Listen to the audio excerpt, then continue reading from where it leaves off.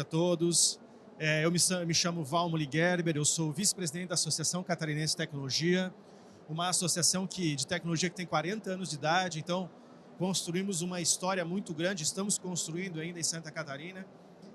Sou físico de formação, atuo na área de física médica e quando o Rodrigo Vilar me provocou sobre Valmoli, como é que a gente pode dar uma enfeitada, como é que a gente pode trazer negócio para dentro do FIS, falei, cara, vamos pegar uma experiência que a gente faz em Santa Catarina, que é o pitch reverso. Normalmente as corporates, as grandes empresas, ouvem as startups, né? O que elas estão desenvolvendo, como é que elas estão transformando o mercado. E muitas vezes esses líderes de startup, eles fazem projeto de fora para dentro. Quer dizer, eles pensam no que a grande empresa vai precisar, eles vão lá e tentam construir. Aqui a gente vai fazer o contrário. A gente trouxe uma grande empresa para dizer o seguinte, o que a gente está construindo, qual é a nossa jornada, o que a gente precisa de solução que a gente não está encontrando no mercado, ou que o mercado poderia, de alguma forma, estruturar e nos apresentar. E isso, lá é muito interessante, porque quando a gente chama o ecossistema das empresas, a gente chama desde a empresa de saúde, varejo, educação, porque muitas soluções que estão sendo aplicadas em outros setores podem ser aplicadas dentro da saúde também e vice-versa, né? Então, a gente gera muito negócio. O último grande case lá foi uma empresa, a Van, todos conhecem, né? Foi no nosso pitch reverso, falou que tinha um problema de logística, dois empreendedores do nosso, né, dois startupeiros lá viram que tiravam aquilo de letra, desenvolveram, ofertaram para a Van contratou, um ano depois, a Boticário comprou aquela startup por 60 milhões de reais. Então não é raro acontecer isso, é muito comum, né?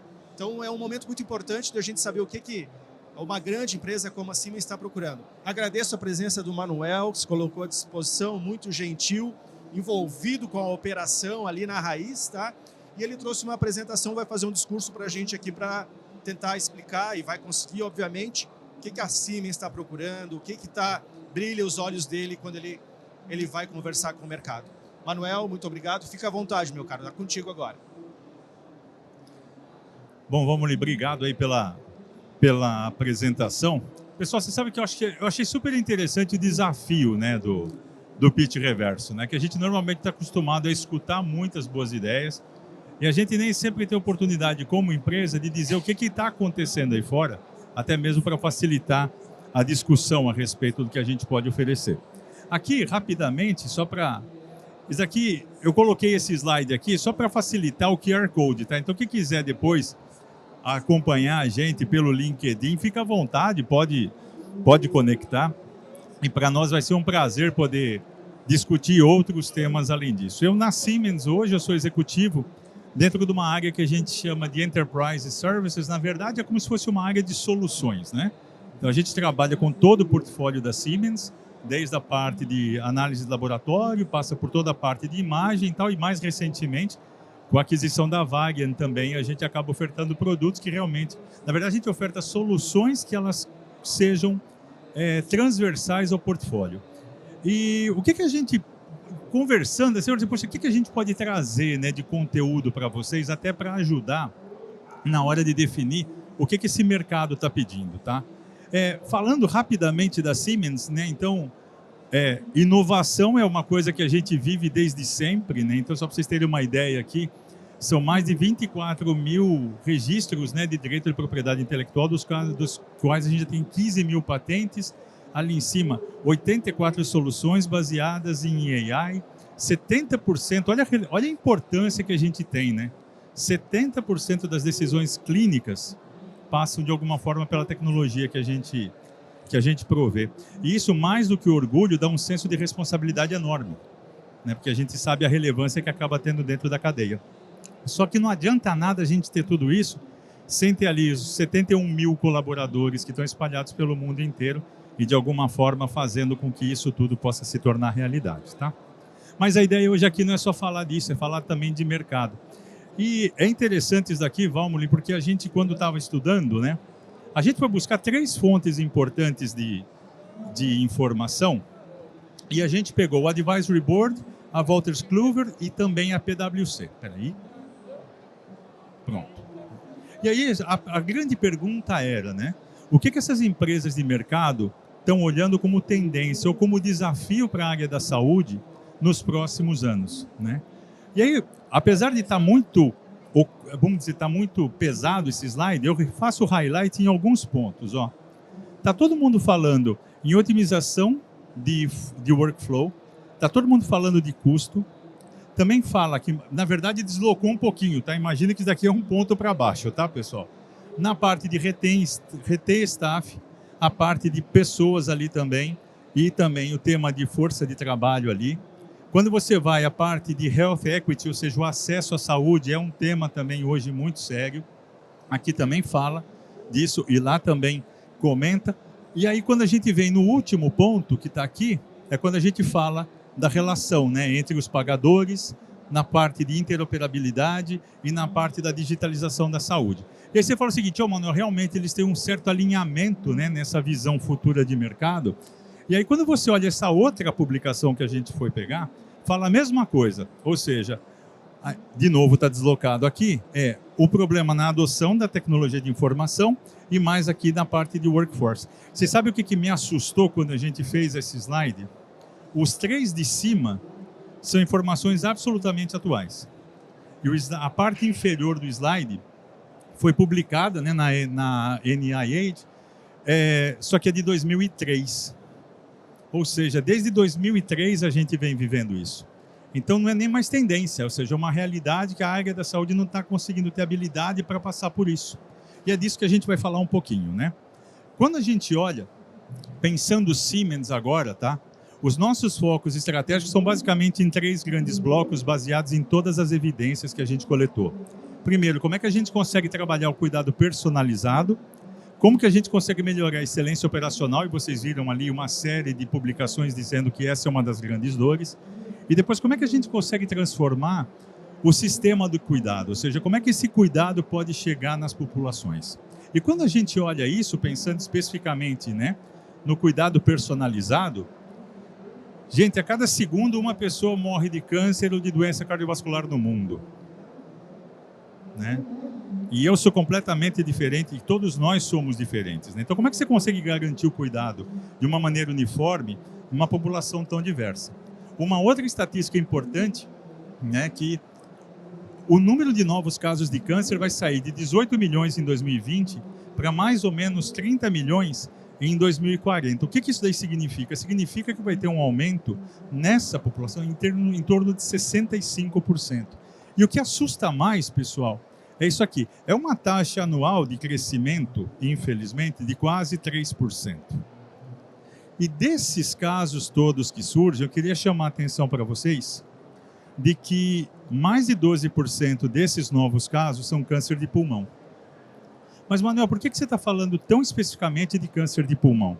Por conta disso daqui, pessoal. É o número 1 em mortalidade, é o número 2 em incidência, né, em novos casos. A taxa de sobrevivência realmente é bastante baixa e, infelizmente, mais de 55% dos pacientes têm metástases distantes, né? E ali, você fala, poxa vida, Manuel, tá bom, tudo bem, é o câncer, a gente sabe que isso aí é mais complexo, só que o que mais chama atenção, pessoal, tá aqui, ó. E aqui é o primeiro convite para vocês, como empreendedores, para estarem com o olho realmente focado no que a gente vai falar agora. Quando eu pego um paciente de câncer com estadiamento 1, ele tem uma probabilidade, uma taxa de sobrevida de 9 anos. O problema não está aí, o problema está que quando eu pego ele no estadiamento 4, são 9 meses. Então, tempo é tudo aqui.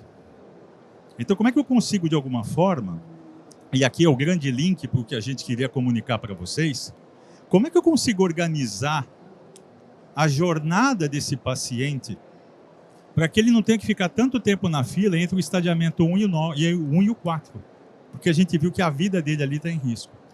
Quando começa assim, como que eu consigo trabalhar melhor a precisão diagnóstica, ou seja, todos esses dados que a gente continuamente levanta, e a gente vê uma série de empreendedores aqui, todo mundo falando de Big Data, todo mundo falando de Analytics, todo mundo falando de AI, o que eu faço com tudo isso? É isso que a gente está olhando também. Tá? E como é que eu consigo combinar toda essa informação para tratamentos minimamente invasivos e, de alguma forma, como que eu consigo fazer a diferença na vida daquelas pessoas, por isso que a gente fala tanto da medicina personalizada. Até aqui tudo bem, pessoal? Joia. Aí a gente vai agora para a nossa segunda frente estratégica, falando no tema de eficiência operacional. Quando eu falo eficiência operacional aqui, eu estou fundamentalmente falando dessa turma, que é a turma que está no dia a dia, está lá no front. E infelizmente, né, a Covid ensinou muita coisa para nós. Acho que nunca se falou tanto de saúde mental do pós-Covid. Né? Por quê? Estresse. As pessoas, imagina, vai trabalhar e não sabe se o colega dele que não veio, ele está internado e está infelizmente doente, ou se de repente ele só faltou. Né? Então, a pressão na força de trabalho, o Covid mostrou isso daí, a gente não está preparado para isso. Então, se a gente não está preparado para isso, o que a gente pode criar de solução que olhe essa pessoa? Eu estou olhando o paciente, mas, gente, o sistema de saúde, ele é extremamente dependente de pessoas. Por mais que a gente automatize, robotize, as pessoas são o ponto principal. Então, esse daqui é um exemplo. Quando a gente começa a falar também, e eu acho interessante essa imagem, né? Eu não trouxe aqui as tendências de mercado que a gente fala de envelhecimento populacional e tal, mas eu queria assim, que vocês só fizessem uma análise. Quantos geriatras vocês conhecem? Ou seja, o mundo está mudando, a demanda por especialidades clínicas também está mudando e a gente não tem esse respaldo. Como nós vamos lidar com tudo isso? Ou seja, de que forma que a gente, como ecossistema, consegue prestar atenção não só no paciente, e gente, é fundamental que a gente preste atenção nisso, mas como é que eu consigo trazer outros atores para dentro, que estão na cadeia de valor, para que a gente também possa prestar atenção neles. E tem mais um ponto aqui também, o que a gente fala, é que eu acho que também é bem interessante, né? A área da saúde é uma área extremamente dependente de pessoas e custa muito caro. Então, está todo mundo olhando como é que eu consigo reduzir custo, mas só que reduzir custo não é diminuir jornada ou diminuir a quantidade de pessoas. Será que eu não consigo ser criativo de alguma forma e permitir o que a gente está olhando aqui? Como é que eu consigo liberar o tempo dos prestadores de saúde? Será que o tempo que o médico ou a enfermagem fica para transcrever uma prescrição que o médico passou? Será que eu não consigo facilitar o ingresso de informação para dentro do prontuário eletrônico para que eu possa liberar o tempo e deixar essa pessoa que estudou tanto tempo preocupado para atender o paciente para que ele possa sair de tarefas burocráticas? Essas são as provocações que eu queria trazer para cá, para que a gente pudesse falar, nós estamos olhando para isso, a gente precisa de apoio para que vocês nos ajudem também a tratar esse tema, né? Como é que eu consigo trabalhar, por exemplo, uma forma de garantir que os recursos humanos eles sejam efetivamente utilizados quando necessário e não em espera, né? Então, eu acho que essas duas perspectivas, né? A primeira falando do paciente mesmo, da medicina de precisão, a segunda falando como é que a gente pode, de alguma forma, melhorar a vida das pessoas que trabalham com a saúde, e isso me dá o link agora para o terceiro e último pilar estratégico que eu queria abordar hoje com vocês, que é falar um pouquinho como a gente transforma o cuidado, gente. E vocês viram naquele primeiro slide que eu apresentei, né, que está todo mundo comentando, né?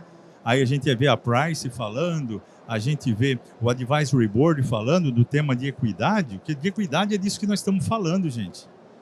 Metade do mundo ainda tem a falha, não consegue acessar serviço básico. Não estou nem falando saneamento, tá? Não tem acesso a isso.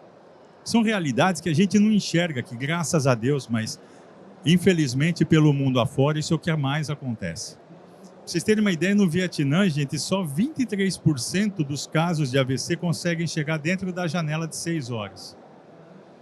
O que acontece com esse paciente que infelizmente não conseguiu chegar? Outro exemplo aqui que a gente traz, esse daqui para mim é um dos slides mais impressionantes, tá, pessoal? 43% da população do mundo precisa de no mínimo 1 hora para chegar num serviço de saúde. E 9% só consegue isso se for motorizado. Você também não acessa.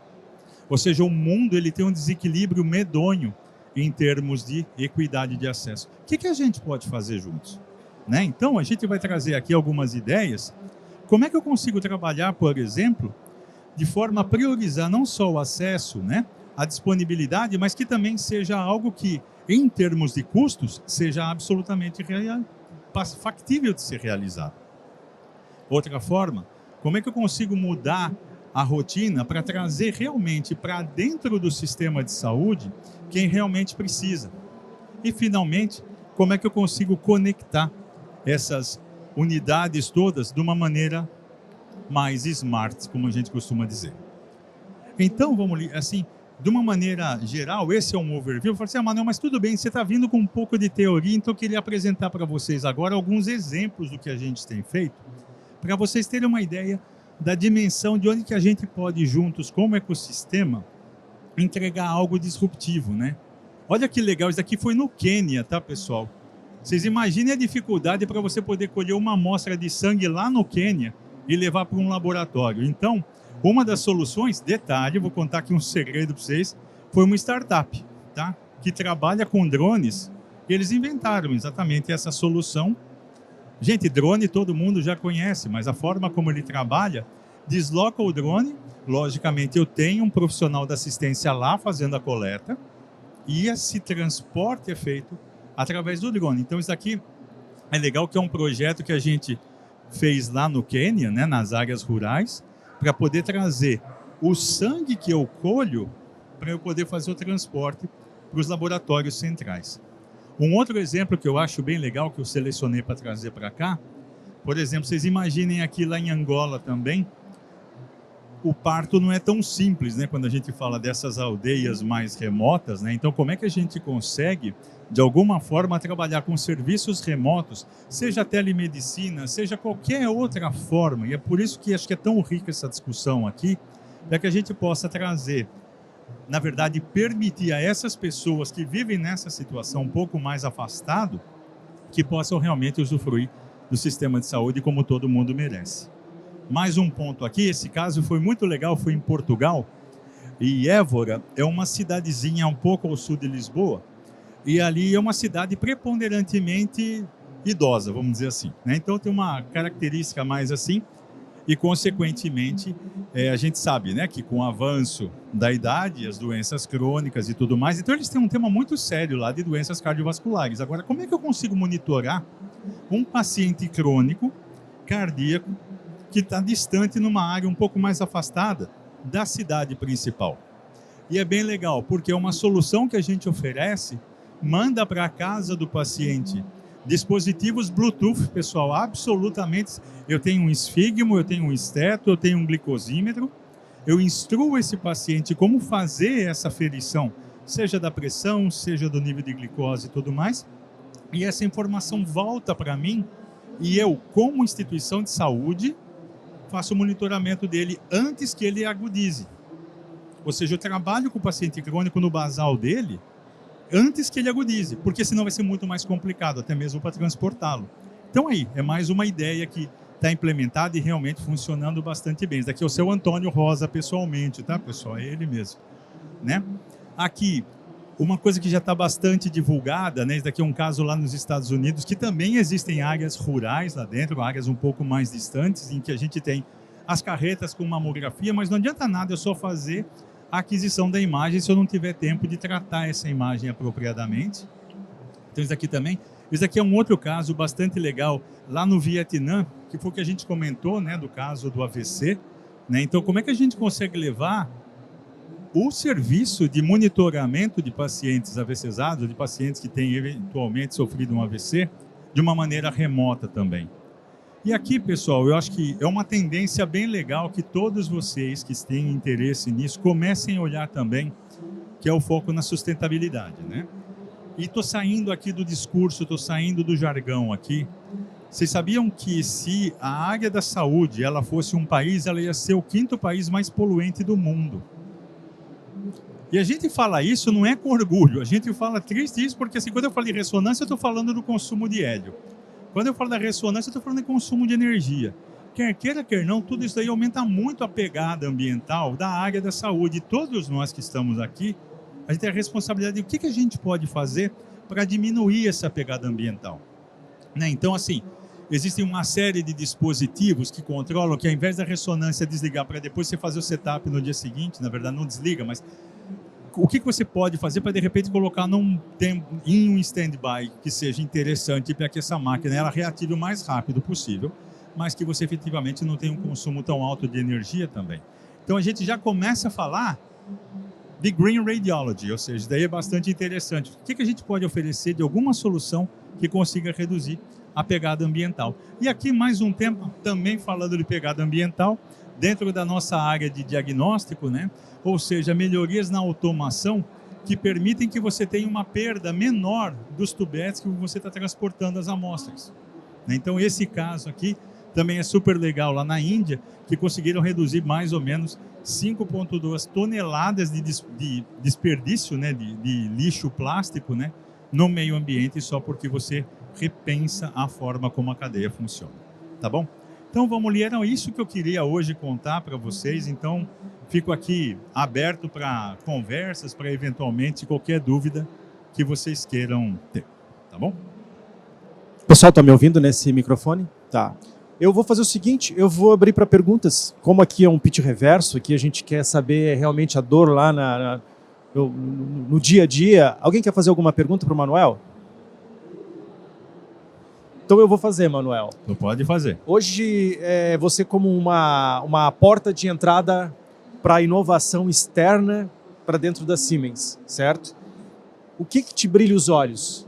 Que tipo de produto que se chegar lá, né, bater na tua porta aqui, Manuel, eu tenho essa solução, né, que tu tá sentadinho lá esperando, o que te brilha os olhos? Vocês sabem, gente, que o que pega muito forte hoje é o que você poderia melhorar em termos de eficiência operacional, né? Então, toda e qualquer ferramenta, toda e qualquer solução, seja hardware, seja software, tá, pessoal, que me permita ser mais eficiente, essa é a palavra de ordem hoje. Por quê? Se a gente olhar o contexto da saúde, uma pressão gigantesca de todas as fontes pagadoras para reduzir preço. De um lado, você tem o próprio consumidor não tendo a pressão também, ou seja, ele não consegue mais pagar por isso. Então, em algum lugar, essa pressão vai acontecer. Então, eu como prestador, eu não consigo aumentar o meu ticket médio porque a operadora ou a fonte pagadora não paga. E cada vez mais vem a Siemens vender tecnologia que custa mais caro. Como é que eu saio disso? Gente, o segredo é um só. Infelizmente, a área da saúde ela está tão cara porque ela, infelizmente, é muito ineficiente. A gente ainda continua trabalhando, e é uma característica do nosso sistema. Por ser muito especializado, a gente ainda continua trabalhando muito estanque. Então, qualquer solução que você consiga aumentar a eficiência operacional, ela vai ser super bem vista, né? Ou redução de perdas. Então, por exemplo, a gente está agora conversando com uma startup aqui no Brasil, com chance, e o Valmir ele foi testemunha de um produto nascido no Brasil que virou produto global da Siemens. Depois a gente conta num outro momento isso daqui. Mas o que é mais interessante, pessoal, é um sistema que eles estão nos solicitando, assim, eu tenho muita perda de ativo. E não é por maldade, simplesmente perdeu o ativo. Ou está escondido atrás, lá na DML, ou está lá no DML, ficou na CME, ninguém pegou. Então, como é que você consegue, de repente, ter uma mini etiqueta, igual tem lá a etiqueta do iPhone, lá, que você pode acompanhar, cadê tua mala no aeroporto? Por que não pensar isso para uma área da saúde, onde eu posso fazer o acompanhamento de ultrassom portátil? Então, é isso, sabe? O que brilha mais os olhos da gente no dia a dia hoje é exatamente isso, porque essa é a maior dor dos sistemas de saúde, sabe? Como que eu consigo ser mais eficiente? Como que eu consigo deixar de perder tanto dinheiro? Qualquer solução que enderece isso, ela vai ser sempre bem vista. E para finalizar, a gente só tem 5 minutos. Suponhamos que eu tenho essa solução, e eu tenho, tá? Vou te apresentar daqui a pouco. Por favor. Ah, que bom. Suponhamos que eu tenho essa solução, bati na tua porta e expliquei quais são os mecanismos hoje que a Siemens usa para fazer relação com esse mercado. Ótimo, excelente pergunta. A nossa área, aí falando assim, dentro da Siemens, a gente tem um privilégio, porque a gente é a área que consegue fazer essas conexões externas, né? Então, por exemplo, aquela solução que vocês viram ali em Portugal, toda a homologação do fornecedor dos dispositivos, o envio para a casa do cliente, o acompanhamento, a implantação do software, isso tudo quem faz é a nossa área de soluções. Então, Por isso que eu falei assim, coloquei ali o LinkedIn, se tiverem alguma solução, sintam-se à vontade de fazer essa aproximação, porque é o que a gente precisa. Então a porta de entrada é pela nossa área, e a gente faz exatamente o processo que normalmente se faz dentro de uma multinacional. Faz toda a homologação, a validação técnica, e uma vez aprovada a gente pode eventualmente integrar a solução. Para vocês terem uma ideia, só para ajudar vocês a tangibilizar um pouco, e aí, vamos ler, até peço desculpa porque é um exemplo concreto e perdão pelo trocadilho, mas a gente também faz turnkey, né? Então o turnkey o que é? O cliente fala o seguinte, olha, eu tenho esse espaço aqui, eu quero criar aqui um centro de diagnóstico.